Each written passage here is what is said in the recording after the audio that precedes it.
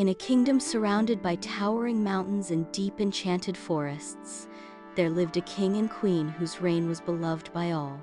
Their son, Prince Arlen, was destined for greatness, kind-hearted, brave, and wise beyond his years. However, an ancient prophecy foretold that a dark sorceress would one day threaten the throne, bringing ruin to the kingdom.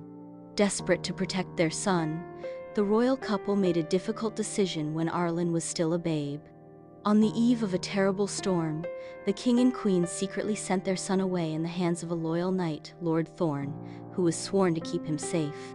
They cast a spell to conceal the prince's identity, erasing all memories of the royal bloodline from him. He was hidden far away, in a small, humble village nestled at the edge of the kingdom's great forest. Years passed, and the village flourished under Lord Thorn's watchful eye, though the villagers knew little of the kingdom's grand history. They only whispered of the royal family in hushed tones, too fearful to speak of the lost prince. The kingdom itself, under the rule of the queen's younger brother, King Odrin, had fallen into a time of corruption and greed. He ruled with cruelty, and the land had suffered.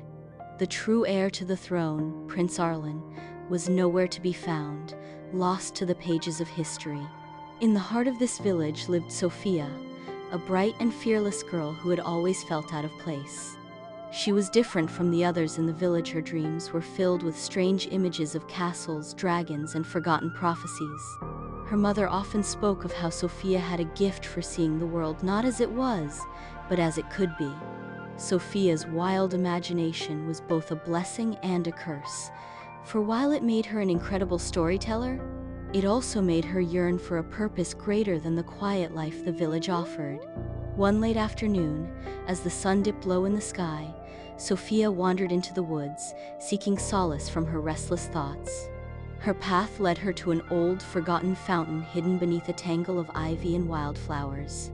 The stonework was cracked and worn, but its carvings remained clear symbols of crowns, lions, and stars, all circling a central inscription. "When the heart is true and the courage strong, the hidden prince shall come along." Sophia knelt by the fountain, her fingers brushing the cold stone. The inscription seemed to speak directly to her soul, as though calling her to something she couldn't yet understand. She stood up, determined to seek answers, but the wind carried with it the faintest sound: footsteps. Turning, she found a boy standing nearby. His features were soft, yet something about his eyes deep green like the forest after rain struck her with a sense of recognition. I don't know why I came here," the boy said, his voice tinged with uncertainty. "I feel like I should remember something, but it's lost." Sophia's heart raced. There was something familiar about him, something more than just his eyes. She took a cautious step forward. "Who are you?" "I'm Arlen," he said, his brow furrowed in confusion. "But that name, it doesn't feel right. It's like it belongs to someone else." Sophia's mind spun. The name was the same as the lost prince, the one from the old tales, the one spoken of in legends. Could it be? Was this the hidden prince? Without fully understanding why, Sophia knew in that moment that her life had changed forever. She believed in the tales of the kingdom's past, in the old magic, and in the possibility that this boy was no ordinary village boy. He was the prince who had been hidden away to protect him from the dark sorceress, and now, fate had brought him to her. "I think I can help you," Sophia said, her voice steady. "I think you're the one the kingdom has been waiting for. The quest begins." Over the following days, Sophia and Arlen grew closer, their bond solidifying with each secret they uncovered. Together, they discovered ancient maps in the village's forgotten library, which revealed a hidden path that led deep into the enchanted forestan area, said to be haunted by the dark sorceress, Melina. As they journeyed through the thick trees, they encountered creatures of legend, talking wolves with silvery fur, wise owls that whispered riddles, and glowing fireflies that lit the way. As they ventured deeper into the forest, Arlen began to have flashes of memory images of his parents, of a throne room draped in gold, and of a woman in a flowing black gown. But each time he tried to grasp the memories, they slipped through his fingers like mist. One night, while resting beneath the stars, Sophia shared her own dreams with Arlen. She had always known she was destined for something greater, even if she couldn't understand it fully.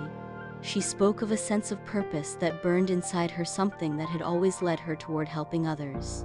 I think it's because I was meant to help you," she said softly, her eyes reflecting the starlight. Arlen smiled, a warmth in his eyes that made Sophia's heart flutter. "Then I'm glad it's you. I don't know what I would have done without you." The next morning, their journey led them to the heart of the forest, where the sorceress awaited them. Her dark magic twisted the very air around her, a thick fog that clouded their minds and made every step feel heavier. Melina's laugh echoed through the trees, cold and venomous. "You think you can defeat me, boy?" Melina sneered. "You are nothing but a lost child. Your memories belong to me now." Sophia stood firm, holding a crystal pendant that her grandmother had given her before she passed away. It had always felt like a talisman of protection, and now it glowed brightly in her hand. "You can take his memories, but you can never take his heart," she declared. With a burst of courage, Arlen stepped forward, summoning the power of the royal blood within him. His crown, invisible until now, shimmered in the air above his head, casting a brilliant light that pushed back the sorceress's darkness.